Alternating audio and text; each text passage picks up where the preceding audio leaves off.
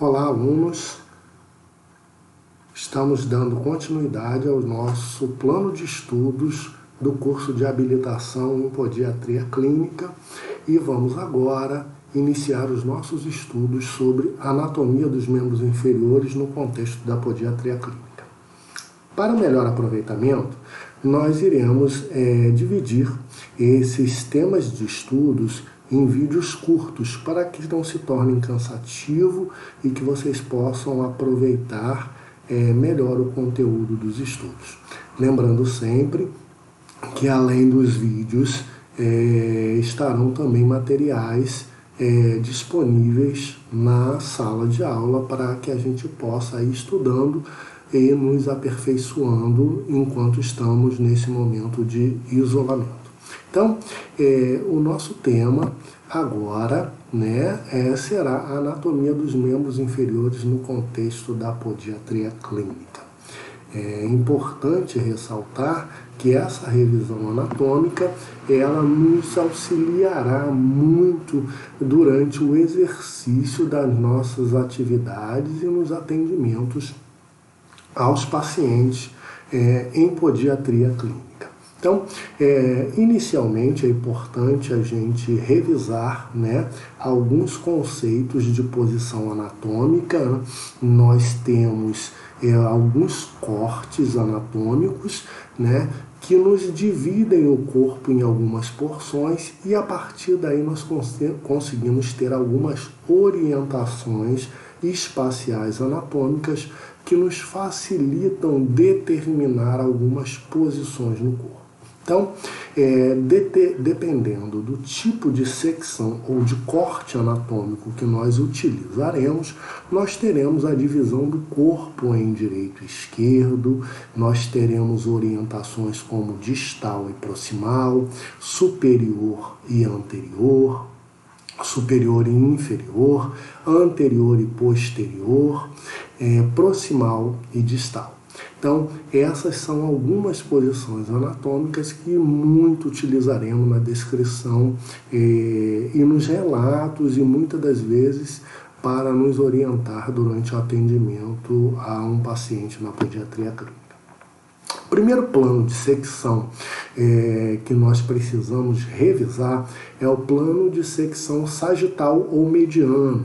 É aquele plano que divide o corpo humano céfalo-caudal, ou cranial-caudal em duas metades, direita e esquerda.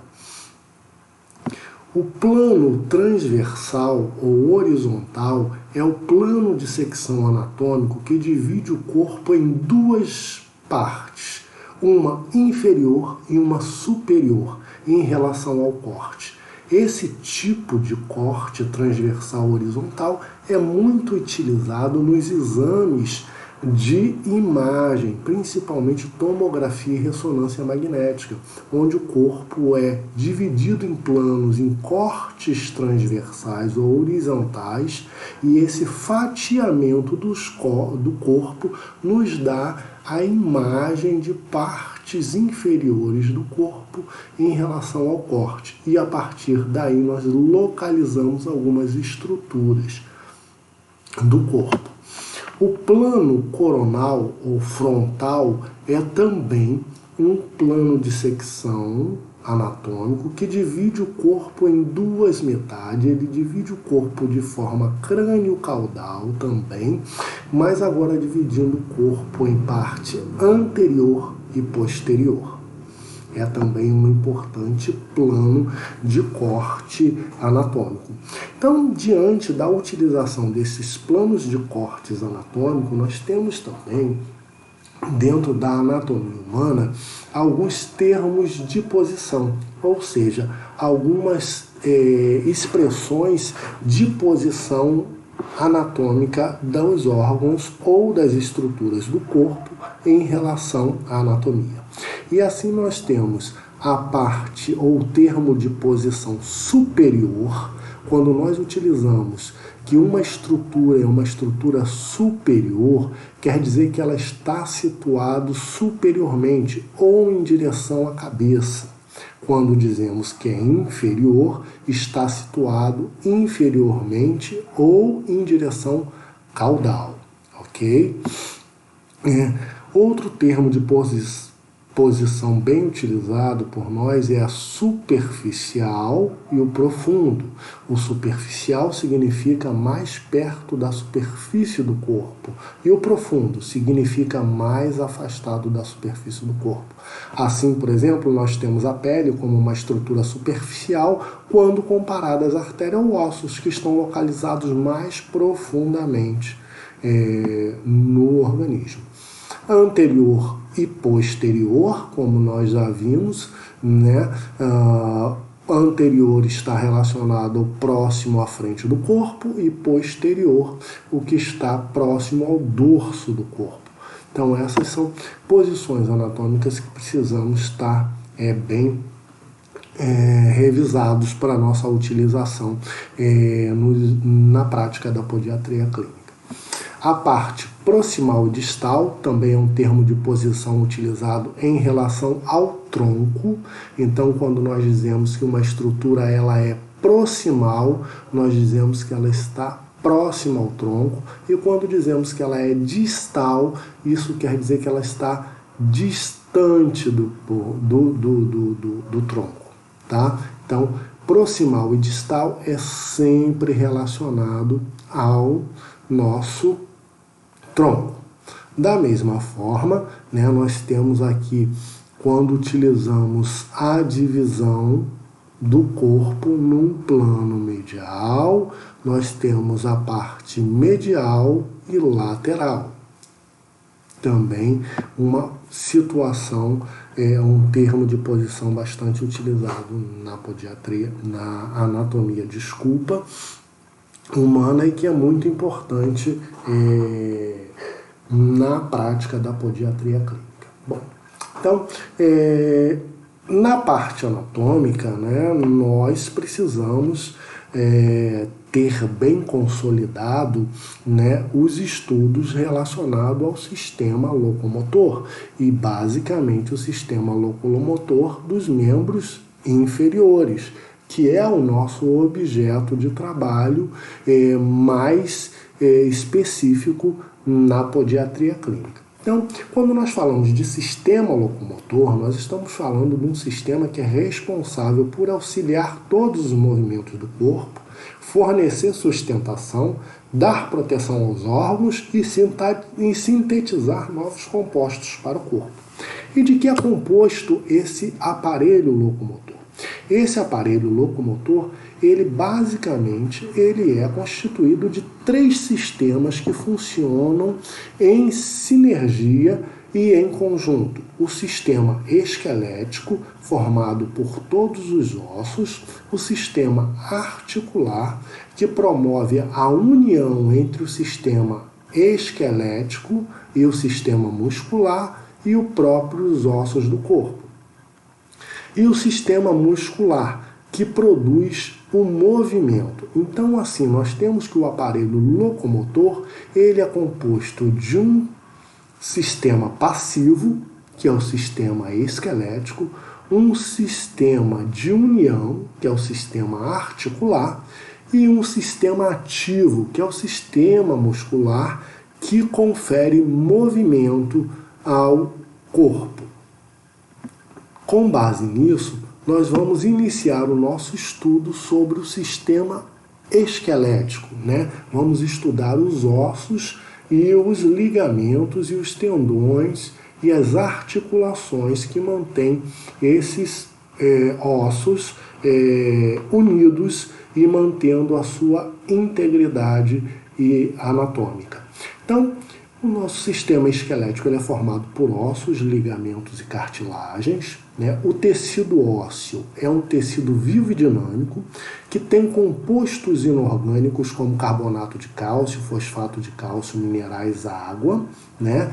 E também por um composto orgânico que é o colágeno, seu principal representante, embora existam outros também no sistema esquelético, mas esses são os mais evidentes. Então, qual a função desse sistema esquelético?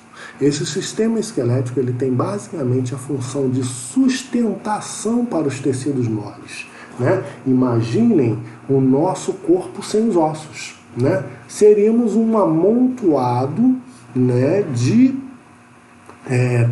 tecidos e músculos que não se manteriam em sustentabilidade. Então, o que dá sustentação para os nossos tecidos moles são justamente o nosso sistema esquelético. Eles protegem os órgãos e os tecidos contidos no interior da cavidade craniana e da caixa torácica, e aí o sistema esquelético tem a sua função de proteção dos órgãos, fornecem assistência ao movimento, tá? Imaginem que o movimento ele precisa basicamente de um movimento que a gente conhece de alavanca, onde nós precisamos ter algo que dê sustentação e apoio para que se tenha impulso e o movimento se realize. Esse assunto será tratado mais à frente quando estudarmos a biomecânica, né, do movimento, mas é importantíssimo a presença do sistema esquelético para que nós tenhamos a movimentação e a biomecânica corporal, né? Produzem as células sanguíneas, e lá na medula óssea, como a gente já estudou em fisiologia, é bom relembrar a produção de todas as nossas células de defesa, e todas as células sanguíneas são produzidas também na matriz do osso, né? E é um local de armazenamento e liberação de sais minerais e gordura. Essas são as principais funções do nosso sistema esquelético, né? Aprofundando um pouquinho mais na constituição do nosso sistema esquelético, né? Nós temos que o osso é um tipo especializado de tecido conjuntivo, né? Que tem a mineralização da sua matriz, proporcionando a dureza a esse tecido. E basicamente esse tecido é formado por 3 tipos de células. Os osteócitos, que são células adultas e funcionais do osso, são justamente as células que sofrem mineralização e produzem a mineralização dessa matriz óssea. Os osteoblastos, que são células ósseas jovens em formação, que vão se maturar em osteócitos, formando a matriz óssea. E os osteoclastos, que são células de defesa, funcionam como células de defesa dos nossos ossos. São essas células na matriz óssea que, diante de qualquer tipo de agressão, elas fazem a remoção, fazem a apoptose, fazem a fagocitose e retiram do tecido ósseo células danificadas ou senescentes, retirando também cálcio do osso e sais minerais do ósseo. Então, o osteoclasto é a célula responsável pela desmineralização dos ossos. E essas células são ativadas ou são estimuladas quando esse osso sofre algum tipo de agressão, seja ele infeccioso ou não. Então, aqui uma imagem microscópica, né, de uma matriz, um esquema ósseo mostrando os osteoblastos, células jovens, os osteócitos, células já maduras do ósseo, a matriz óssea completamente mineralizada, né? E aqui o nosso osteoclasto, células de defesa entremeadas dentro da matriz óssea, que são responsáveis pela reabsorção desse osso, pela limpeza e manutenção dessa matriz óssea. Aqui uma lâmina de microscópio, tá? Corado, né? Mostrando os osteócitos, os osteoclastos e os osteoblastos, né? Células novas do osso ainda em fase de amadurecimento e de mineralização. Ok? Então, essas são as células do nosso tecido ósseo. O nosso tecido ósseo, né, ele está organizado em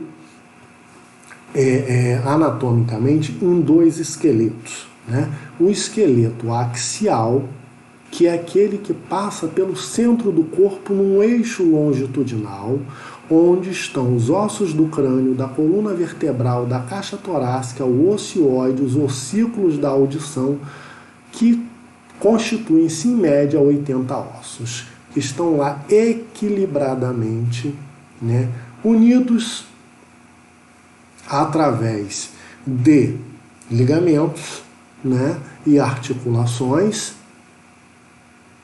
no eixo longitudinal do corpo.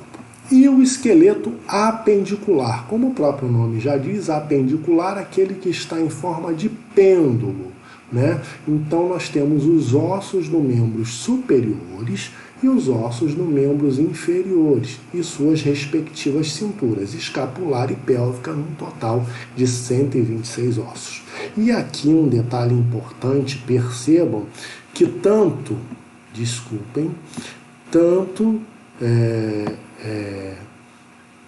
o esqueleto axial como o esqueleto apendicular superior, ele se mantém em equilíbrio graças ao que? À sustentação do nosso esqueleto apendicular inferior.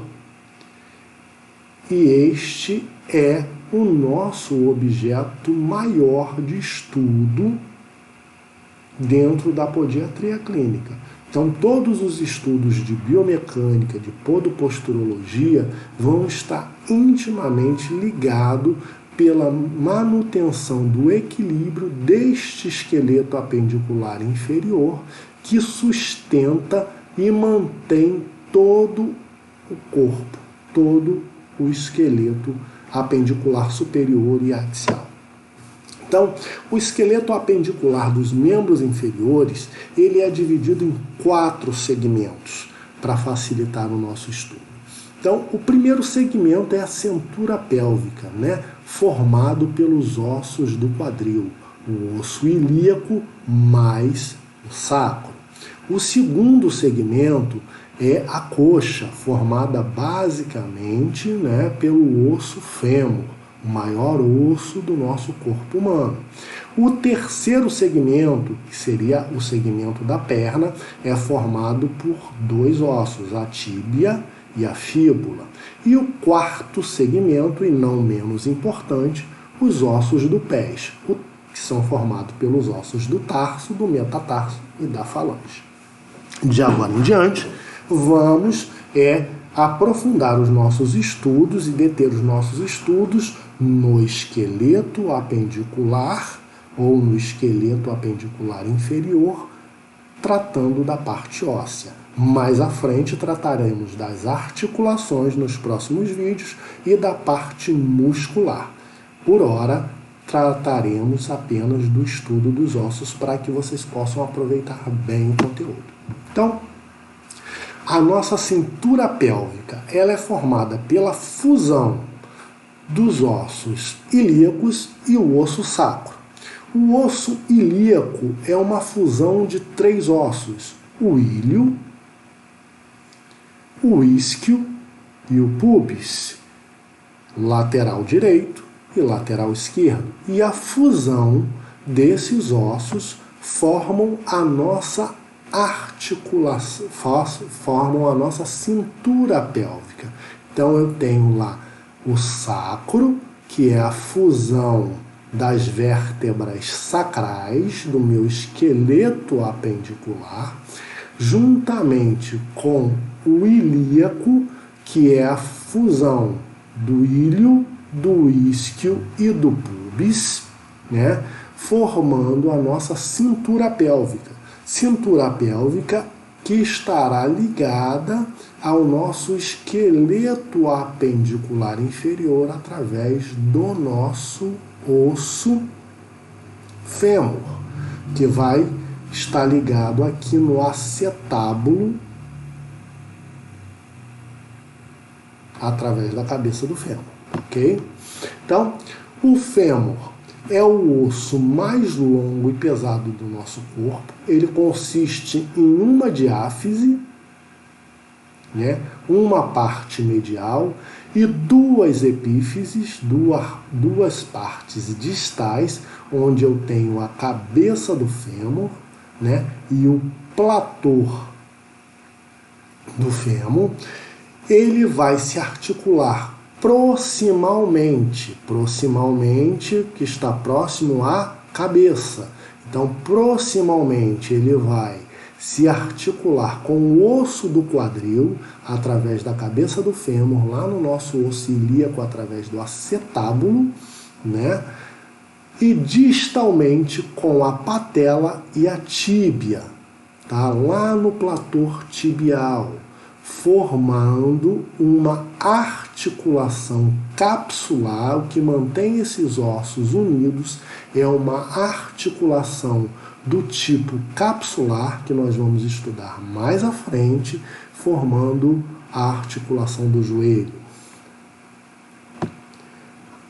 A patela. A patela é um osso sesamoide.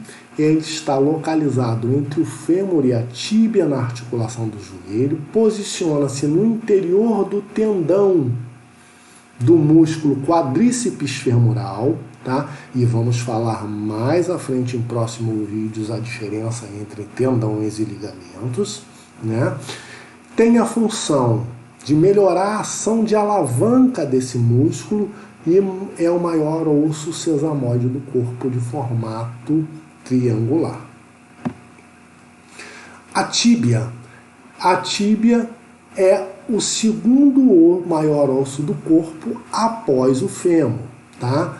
Ele está localizado no lado anteromedial da perna e apresenta duas epífises e uma diáfise, assim como o nosso fêmur. Articula-se proximalmente com o fêmur, lá no platô tibial. E a fíbula. E distalmente com o talos, que é o osso da articulação do nosso calcanhar, tá? Do pé. É um dos primeiros, são os ossos que formam a articulação do nosso calcanhar, que é o talos e o calcâneo, tá? E com a fíbula, lateralmente. A fíbula é um osso de morfologia fina posicionado lateralmente na perna. Seu ponto de fixação é um ponto de fixação para os músculos adjacentes.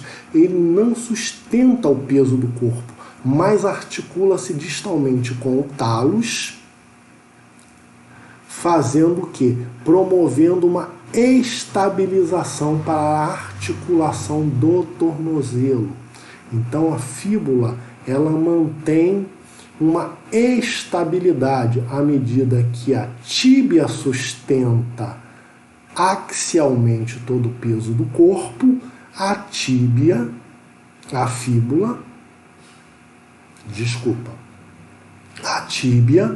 ela sustenta toda a parte do peso axial do corpo. A fíbula, ela dá a estabilidade à nossa articulação do tornozelo, ok? Dito isso, nós vamos para os ossos do pé, né? O pé é considerado uma das mais importantes articulações do corpo, pois toda a carga axial do esqueleto, ou seja, todo o peso, desde o esqueleto axial até o esqueleto apendicular, todo esse peso da estrutura corporal, ele é descarregado sobre o nosso pé. E o nosso pé é responsável por sustentar todo o peso do corpo, né? E, portanto, é uma das mais importantes articulações do nosso corpo. Ele tem função no suporte de peso e na marcha. Ele causa várias patologias e instabilidades ou desequilíbrios em todo o sistema músculo-esquelético. O pé é composto por 26 ossos e 30 articulações. Os ossos do pé, eles são divididos em 3 regiões básicas, né? Os ossos do tarso, ou ossos do tornozelo, os ossos do metatarso, que são os ossos do dorso da planta do pé, e as falanges dos dedos. Ainda assim, há uma outra divisão óssea dos pés em regiões. Então, nós podemos dividir também os pés em 3 regiões. O antepé, que é formada pelos ossos do metatarso e falange, né? O médio pé, que é formado pelos ossos do médio pé, que nós vamos verificar quais são, e os ossos do retropé, que são os ossos do calcâneo. Entre esses ossos existem articulações. A articulação entre os ossos metatarsianos e os ossos do médio pé, que nós veremos que são o cuboide, o navicular, né, e os cuneiformes, é chamada de articulação de Lisfranc. É essa articulação do médio pé com o antepé. A articulação dos ossos do retropé com o médio pé, que é o osso talos e o osso calcâneo, é chamada de articulação de Chopard. É importante sabermos o nome dessas articulações, pois são justamente essas articulações que dão nome às técnicas cirúrgicas de amputações do pé. Então, quando ouvirem falar, ou quando nós ouvirmos falar de uma amputação Lisfranc, quer dizer que o paciente sofreu uma amputação no pé em que todos os ossos do antepé foram retirados com corte através da articulação de Lisfranc. Quando o paciente sofrer uma amputação Chopard, isso quer dizer que ele sofreu uma desarticulação, perdendo todos os ossos do médio pé e do antepé, ficando apenas com os ossos do retropé, tá? E aí nós teremos a amputação de Chopard. Além disso, né, o nosso pé ele é dividido em fileiras proximal e fileira distal, né? O nosso tarso ele é formado por 2 ossos, o talos e o calcâneo, né? E os ossos do médio pé, formado pelo navicular, pelo cuboide e pelos ossos cuneiformes, que nós vamos ver mais adiante. Então, os ossos do nosso médio pé, tá? São os ossos que fazem a articulação com o retropé e fazem a articulação com o antepé. É o osso navicular, que é este ossinho que está aqui fazendo uma articulação direta junto com o osso do talos, tá? Ele tem a forma de uma canoa e por isso é chamado de navicular, ok? Ele está no primeiro metatarso, tá? O primeiro metatarso, que é o osso do nosso dedão, tá? Abaixo dele nós temos o osso cuneiforme medial. Se vocês olharem para o pé de vocês, vocês vão ver que todos os nossos dedões, né, ou o primeiro pododáctilo, eles estão voltados para o meio do corpo, né? E os nossos dedos mindinhos, ou quinto pododáctilo, eles estão voltados para a face lateral do corpo. Assim, o primeiro cuboide, o primeiro osso cuneiforme, que está ligado ao navicular e ao Nosso primeiro podo é o cuneiforme medial. O cuneiforme intermédio ou o cuneiforme médio está logo abaixo do segundo metatarso. E o cuneiforme lateral está ligado ao terceiro metatarso. E ligado ao quinto metatarso, nós temos o osso cuboide, que é este aqui assinalado em verdinho. Ok? Então, esses são os ossos do nosso médio pé. O talos, que recebe todo o peso do corpo através da articulação com a tíbia e a fíbula, né? E o nosso calcâneo, o maior osso do pé.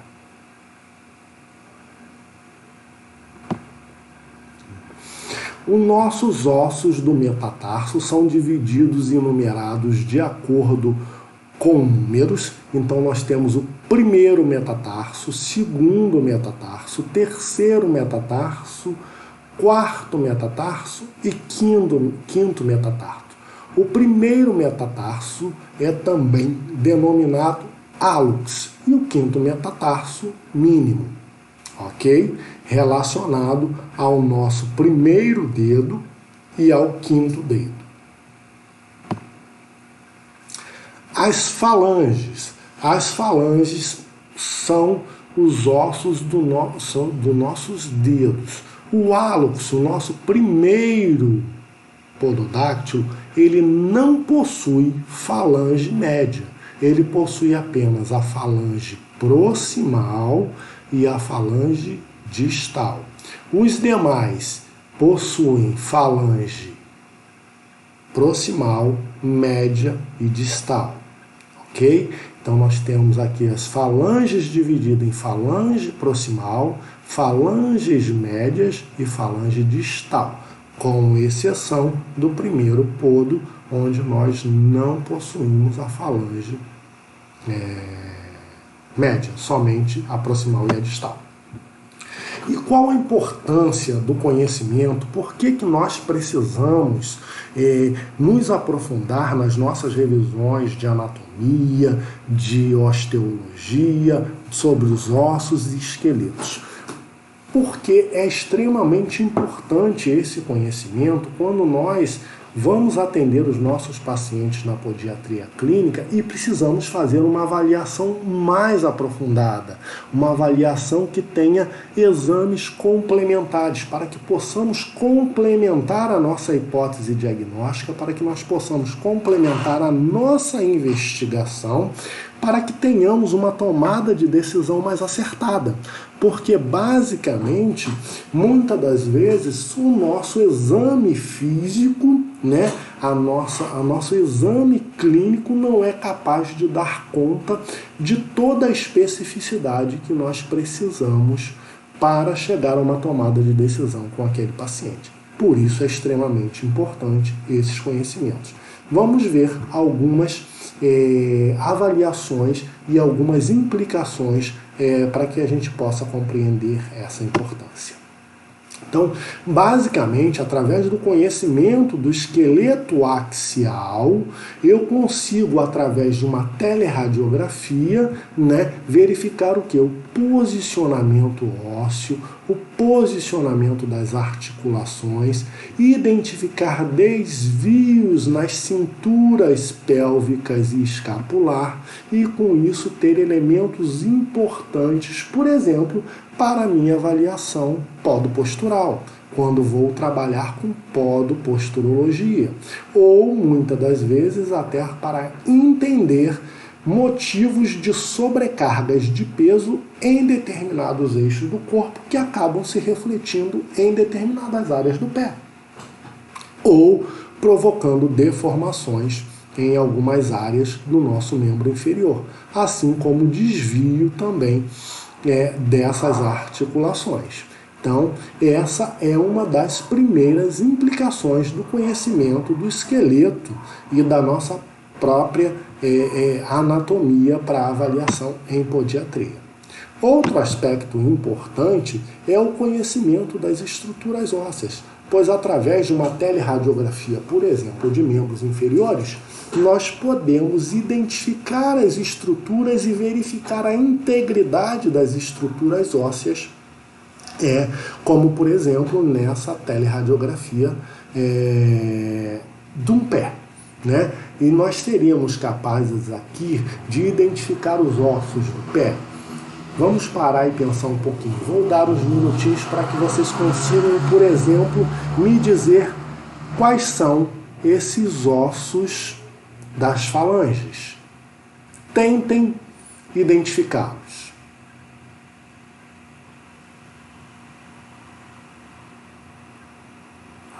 Agora tentem identificar os ossos do metatarso. Estamos aqui falando do antepé. Agora, para complicar um pouquinho, vamos identificar os ossos do médio-pé. Tentem se lembrar do osso que faz articulação direta com o talos, que está abaixo do primeiro podo e que tem forma de uma canoa, né? Aqui um em forma de um cubo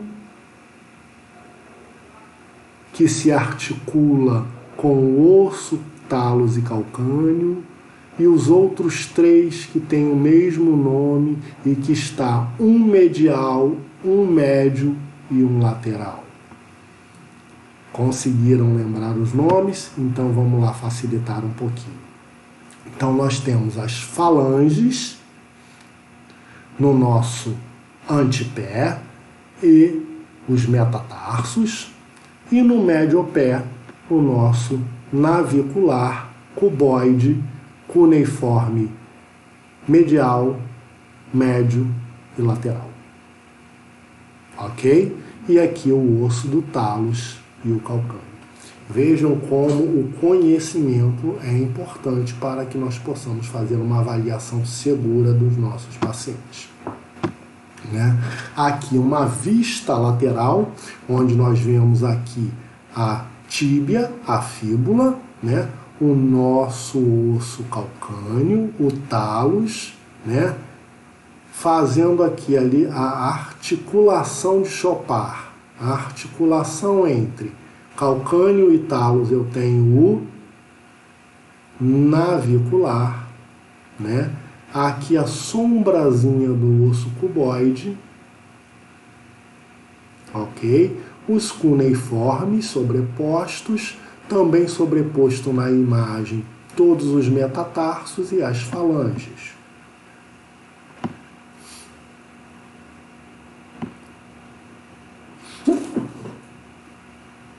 E aí segue o gabarito para que vocês tenham ideia da importância dessa avaliação.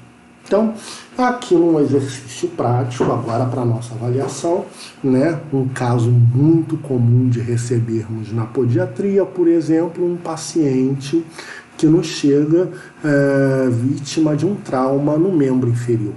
E aí, na nossa investigação, basicamente, o que nós podemos ver com essa foto? Nós vemos que há várias lesões, né, ortocontusas, nesse membro inferior. Há um edema visível, há a formação de bolhas, né? Provavelmente deve haver aqui uma hiperemia. Todos os sinais do processo inflamatório estão aqui colocados. Mas vejam que apenas no meu exame clínico, utilizando de palpação, utilizando a inspeção e utilizando algumas provas diagnósticas diretas, elas não são capazes de me garantir a integridade de toda a estrutura desse pé. E aí eu preciso de uma imagem radiológica para uma tomada de decisão. Porque se eu partir, por exemplo, do princípio que este é um pé que levou uma pancada, que sofreu um trauma e que tem essas lesões. Vou fazer curativos, perdão, e iniciar o processo de curativo desse paciente e acompanhar. Mas verifiquem como é importante a avaliação radiológica nesse momento. E aí eu solicito o raio-x desse paciente e olha o que eu recebo quando eu vejo o raio-x desse paciente. Vejam se vocês conseguem identificar as alterações estruturais nos ossos desse paciente.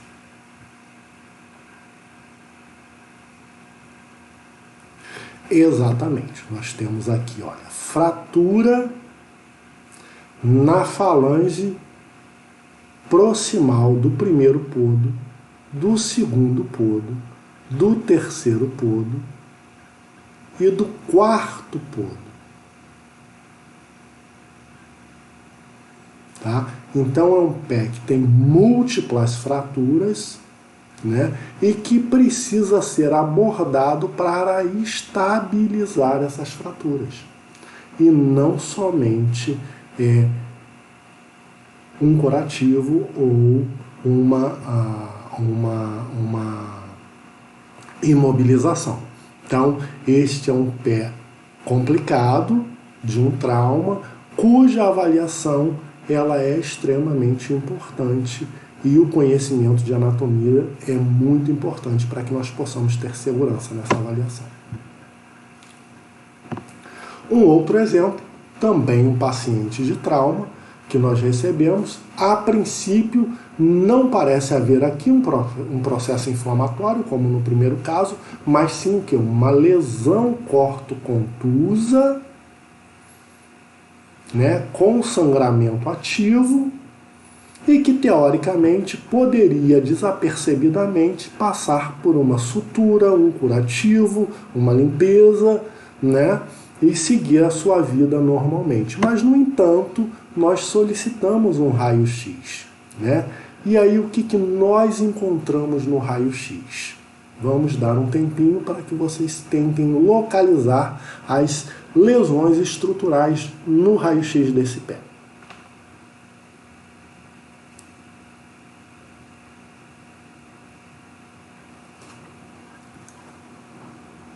Então, notem que nós temos uma fratura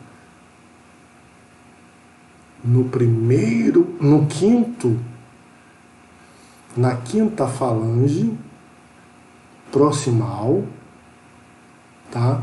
Assim como uma fratura no quinto metatarso e no terceiro metatarso.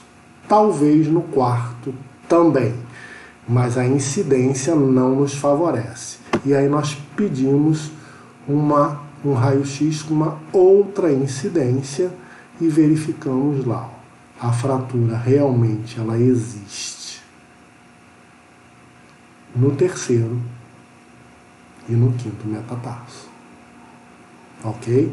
Então, esta é uma implicação importante do conhecimento de anatomia para avaliação. Outra questão bastante comum de nós recebemos são os pacientes que têm estabilidade na sua marcha e com isso eles acabam provocando lesões na articulação do nosso tornozelo, ok? Então este é um caso de uma entorse que culminou com fratura tíbio e fibular. Ok? Então nós temos aqui a visão radiológica da fratura tíbio-talar. Ok? Então tá aqui essa imagem, mostra pra gente essa fratura bem proeminente para que a gente possa avaliar.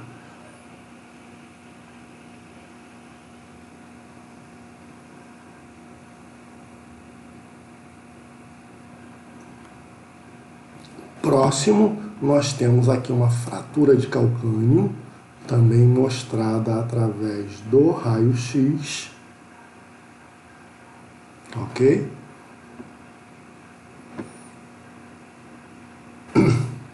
E terminando o nosso calcânio, nós temos aqui uma condição também bem experimentada na nossa clínica diária, que é o esporão de calcânio, que nada mais é do que a calcificação do tendão plantar, provocando uma espícula, que também pode ser visível essa avaliação na radiologia. Outro aspecto importante que nós podemos identificar através da avaliação óssea é a questão da osteomielite, muito comum. Como, por exemplo, nós podemos ver aqui um dedo da mão, né, com uma infecção grave, com necrose, que logicamente quando nós solicitamos o raio-x, o que nós identificamos?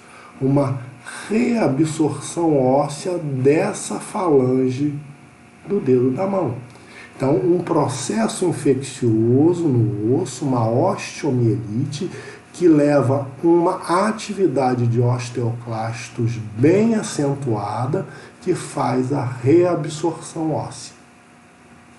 Nesse segundo caso, nós temos um pé, um membro inferior, que vejam de um paciente que tem um hálux valgo, né, uma lesão na cabeça do primeiro metatarso, né, na altura da cabeça do primeiro metatarso, mostrando uma infecção em andamento, um pé hiperemiado, com sinais flogísticos, cujo nós temos aqui uma infecção, indicativos de uma infecção, mas que, no entanto, não sabemos a profundidade desta infecção. E quando solicitamos um raio-x desse pé para uma avaliação mais aprofundada, o que nós verificamos? Uma extensa destruição óssea, uma osteomielite bem grave, cuja reabsorção, embora macroscopicamente o dedo esteja aqui na parte mole, não existe osso, mas o primeiro podo e o primeiro metatarso, ele já está completamente absorvido. Então, a radiologia e o conhecimento ósseo, ele é extremamente importante para que nós possamos fazer a nossa avaliação. Espero que esse tema de estudo tenha contribuído bastante, enriquecido bastante o conhecimento de vocês.